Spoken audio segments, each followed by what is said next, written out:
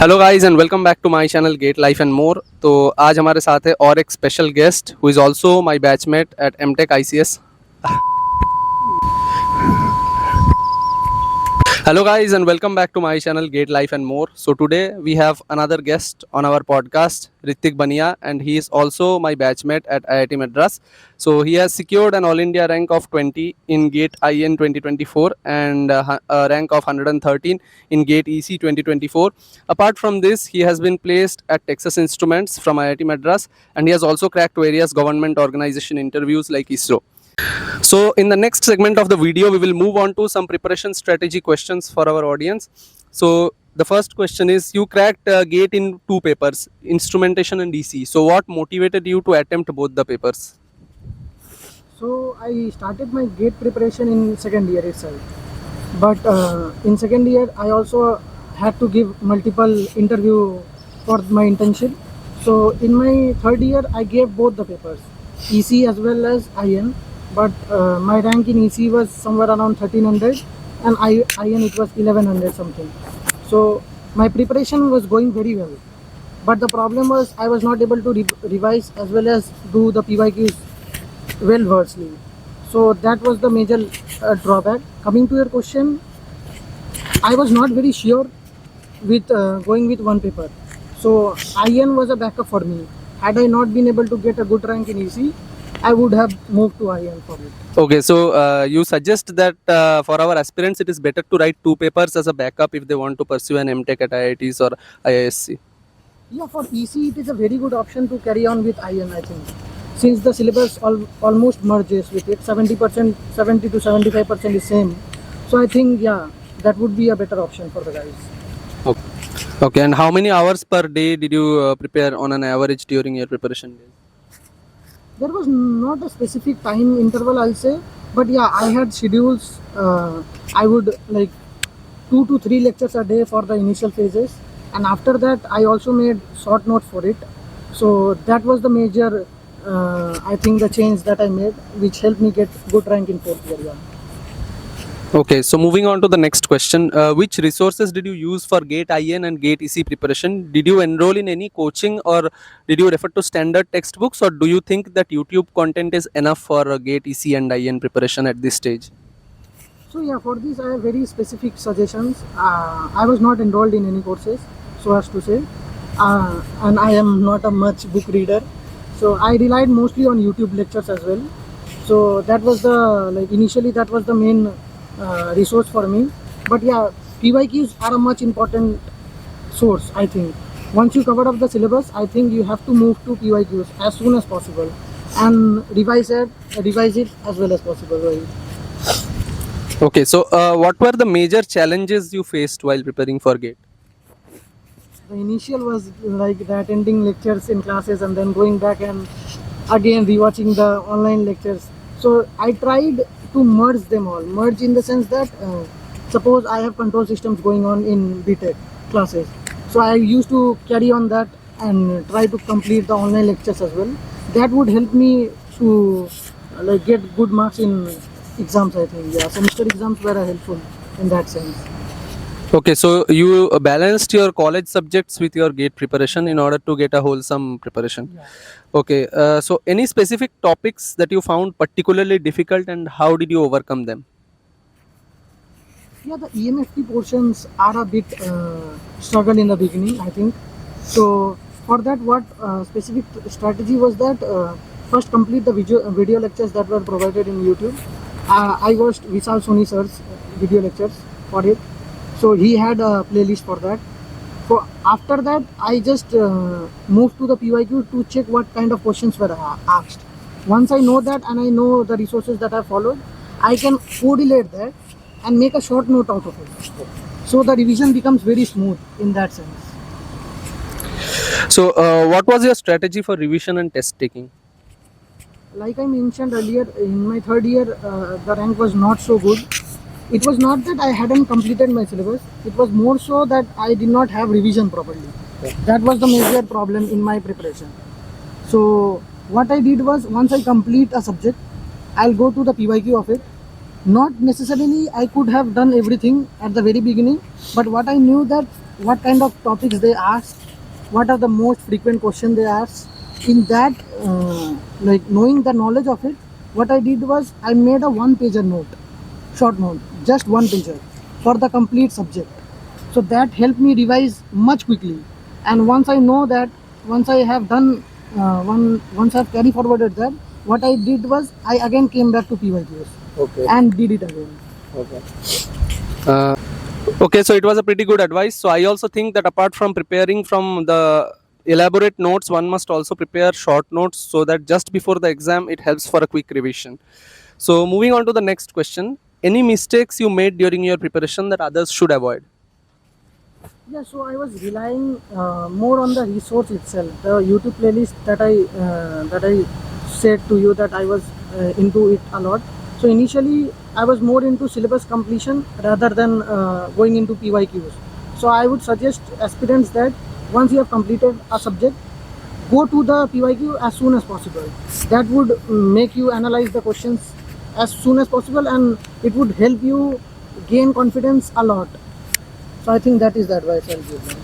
So far we have talked about the gate preparation phase for Hrittik Bania. Now we will move on to how he cracked ISRO interview along with his MTech at IIT Madras. So we know how hectic the course curriculum is at IITs, but still he managed to crack such a prestigious interview. So we'll move on to some questions regarding the ISRO interview and let him tell us some tips for our audience. So what was the ISRO interview like, and can you share some questions and topics that you were asked during your interview? Yeah, so ISRO was I did not plan as much. I was more into my masters, but since I got the opportunity, I think I had to give the interview. So it was in SAT Ahmedabad the last year, I think September. So with ISRO, I had no specific preparation for it. The gate preparation was enough for me. The interview questions that were asked was mainly EMFT. They saw my graduation mark sheets, individual graduation mark sheet, and they started with waveguides and antenna questions. So the gate preparation in itself was very enough for me to crack the ISRO interview. Yeah. Okay, and what impressed the panel most according to your opinion? Even if I did not know any answer to the question, I was more so into understanding what they wanted to convey through the questions. It was mostly factual based interview, but the thing was there were a lot of panel members. There were 14 panel members. So yeah, it became hectic once panel member one started with the questions, he ended and then moved to another panel member. It was hectic, but I was enthusiastic with it. Initially, I was very nervous with the interview. What I did was I moved to the blackboard. Okay. So there was a board. I picked up a pen and I said to sir that, please sir, can I explain it in the board? So that helped me a lot, I think. Yeah. Okay, so I think the confidence also showed in your interview performance. So that was a plus point. Okay, so the next question is, were there any questions based on your BTech project, and was there any importance given to your BTech CGPA during the ISRO interview? I don't remember any BTech or MTech degree projects that I've done in. But yeah, the main thing was they were seeing my graduation subjects that I was enrolled in at IIST Shipport. So I had attached my individual mark sheets. So they started asking me questions based on that. So there were no specific CGPA criteria or anything like that. They were not into it, I think, but they were more so into the in-depth questions, the in-depth subject knowledge that I have, I think. Yeah. Okay, so how important do you think is having a strong fundamental for ISRO interview, or do you think that practicing advanced topics or more numericals helped you more in the interview? No, I don't think as far as the interview that I went through, I don't think there were more numerical questions. It was more so factual based, but I think they judged my overall subject knowledge in terms of they started with waveguides, they moved to antenna, they moved to network theory, they asked me a lot of questions in communication. So they were checking my overall knowledge, not a specific topics more or so. So yeah, that was my experience with this. So moving on to the next segment of the video, where we will ask him questions regarding his placement experience and internship experience during BTech. So I would like to tell you guys that he had cracked an internship at Texas Instruments during his BTech, but he did not secure a PPO there. But finally, during his MTech at IIT Madras, he has secured a placement at Texas Instruments.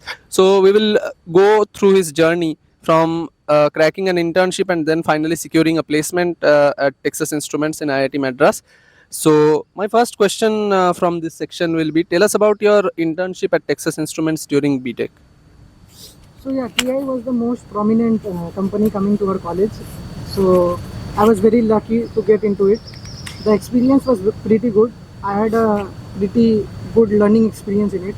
Since I was new to cadence and all, so the going through the initial phase was hectic, but I managed through it.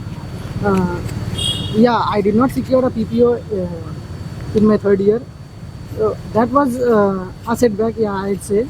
But then again, getting exposed to such a huge semiconductor company and being there and learning through multiple people, I think the experience was pretty good. It shaped me, and the learnings that I have, I still carry it on. So yeah, I think the graph was pretty good, I think. So what project did you work on in TI internship? Cannot reveal much on the project, but it was more on the analog design side. I was exposed to the design part of it. So yeah, it was fully analog based project with design. So I walked into a classified territory again, guys.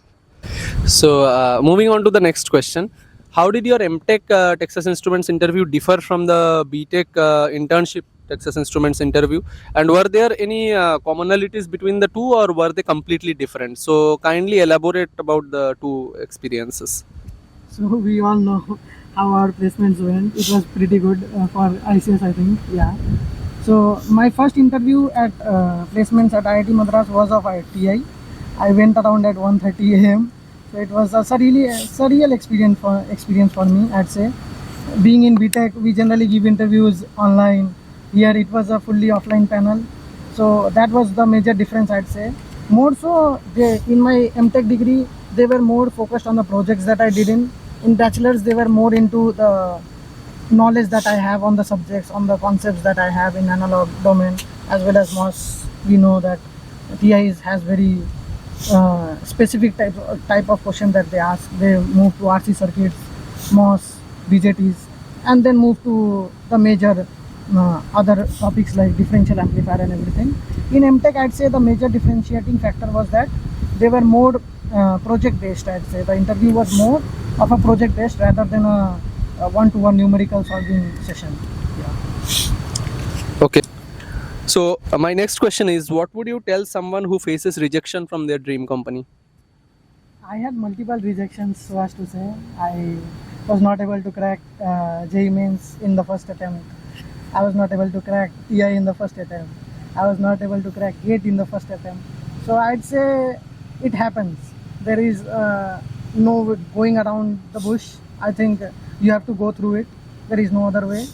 And I always believe in the fact that work like it all depends upon you, and believe like it all depends upon God. So I think that helped me a lot in during my struggle days. I'll not say it as a struggle. It was more into a canon event, I'll say. It was more into the learning phase, I'll say. But yeah, that thought always helped me a lot when I used to think about the rejections, the multiple rejections that I faced in my life. It was more so that God, I think, wanted me to go through all the rejections, and then He has also allowed me to get multiple offers at ISRO and also at Texas Instruments, probably my dream company. So moving on to the next section of the video, and I think it is one of the most vital sections of this video which people have been waiting for. So Hrittik has also secured an All India rank of 17 in IES along with his MTech. So we will move on to some preparation tips and questions regarding IES, and we will see what knowledge we can get from him. So what motivated you to appear for engineering services exam while pursuing an MTech at IIT Madras? So my first attempt at UPSC ESE was in 2024. I was just able to clear the prelims. I was very excited about it. I don't know why, but I was very excited about it. I could clear prelims of UPSC, such a prestigious examination. So coming back, I had initial thoughts about it when joining my masters at IIT Madras, but I did not pay much heed into it. After my first semester, I'd say, after filling up the form for ESE 2025, I was more so focused on it too. So, like I mentioned in my previous conversation with Sangrad, I had also had my share of setbacks in life. So I also wanted other choices rather than just into the companies that come into college. So I wanted to keep my options open and then choose and then decide later. So yeah, that was the motivation for going into ESE. Okay, so we all know that ESE preparation is pretty hectic. So how did you balance your ESE preparation with MTech here? Because the courses here are also too hectic to manage.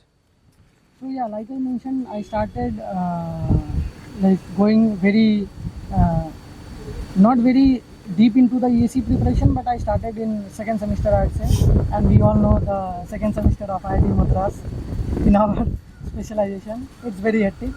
So during the days, I was more into the lectures that our profs gave us, and in the evenings, I had slots. I had dedicated slots for ESE. I only wanted to study the portion that was not covered in GATE syllabus.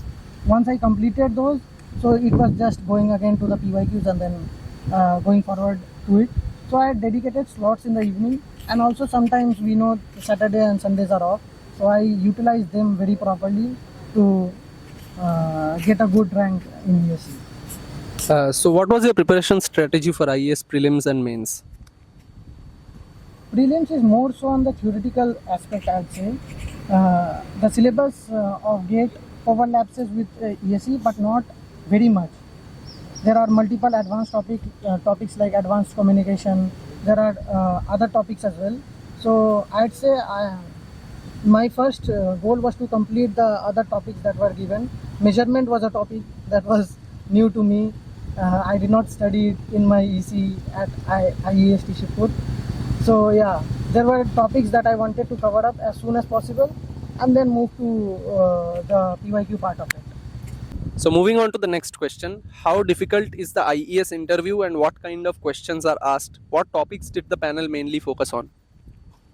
So my interview was very good, I'd say. It was 40 to 45 minutes of interview. They started off with since I was doing my masters here, so they were more into the fabrication questions. They also started with FPGA questions a lot. Then they moved to, they were checking more of my intellectual knowledge.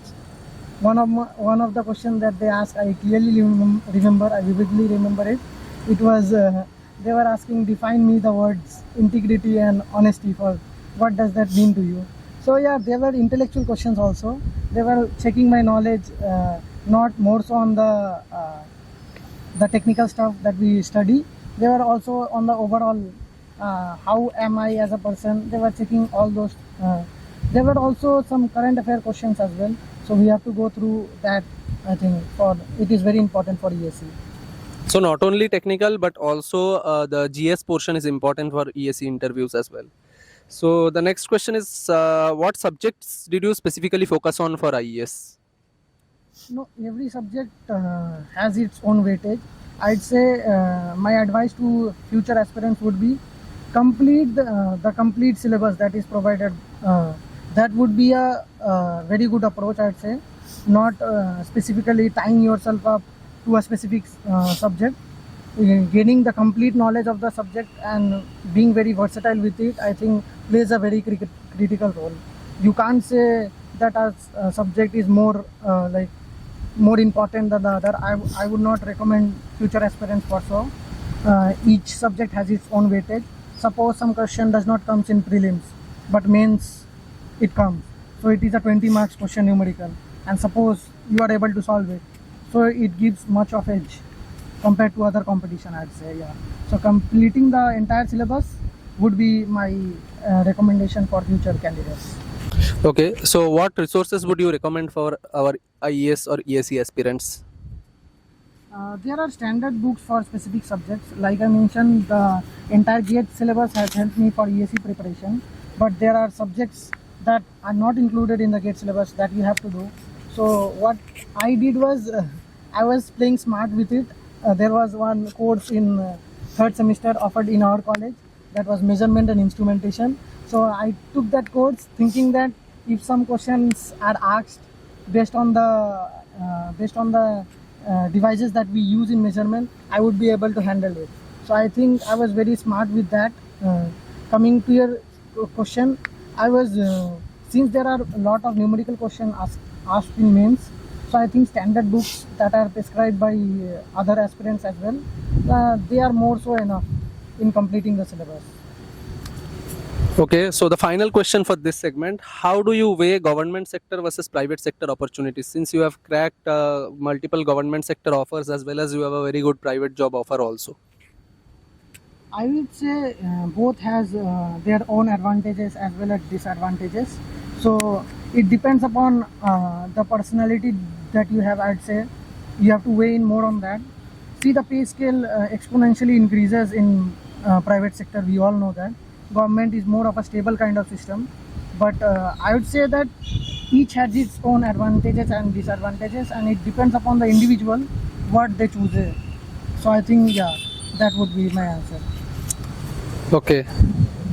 So looking back, if you could change one decision in your journey, what would it be? No, I don't think I want to change anything.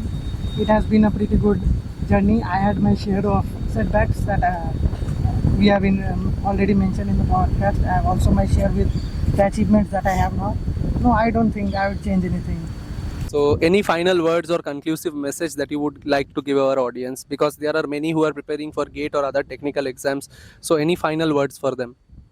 I would say if your preparation is good, there are multiple offers coming from different PSUs. There are various institutions as well. You can carry on with your masters if you want. There are multiple options. There are a variety of offers that government as well as private offers you. So I think you have to be more diligent on the fact that your preparation should be as such that you are able to balance both. If you want, like me, I wanted options in my life. At this stage of my life, I wanted options. So what I was like, let me go through this, let me go through this. I pushed myself daily.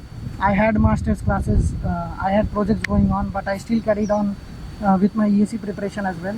So I would say it more depends on the candidates. I'd say it depends upon the individual. There are multiple I think career paths for an individual to go through. They can choose as well, but they have to be diligent on the fact that their preparation should be such that they are able to crack, they are confident enough in themselves that yes, I would be able to go through this. So that would be my suggestion. So I think it was a pretty motivating session with Hrittik, and we got a lot of knowledge from him. So thank you, Hrittik, for coming on my channel. It was a really great privilege to host you. Thank you, Sangrat, for calling me in the podcast. It was a great experience for me as well. Thank you. So guys, this is all for the podcast, and I hope you enjoyed the video, and we'll be bringing on more content related to GATE, IES, and some very interesting podcasts next on my channel. So stay tuned for the next videos, and subscribe, like, and share my channel if you like my content. See you in the next video.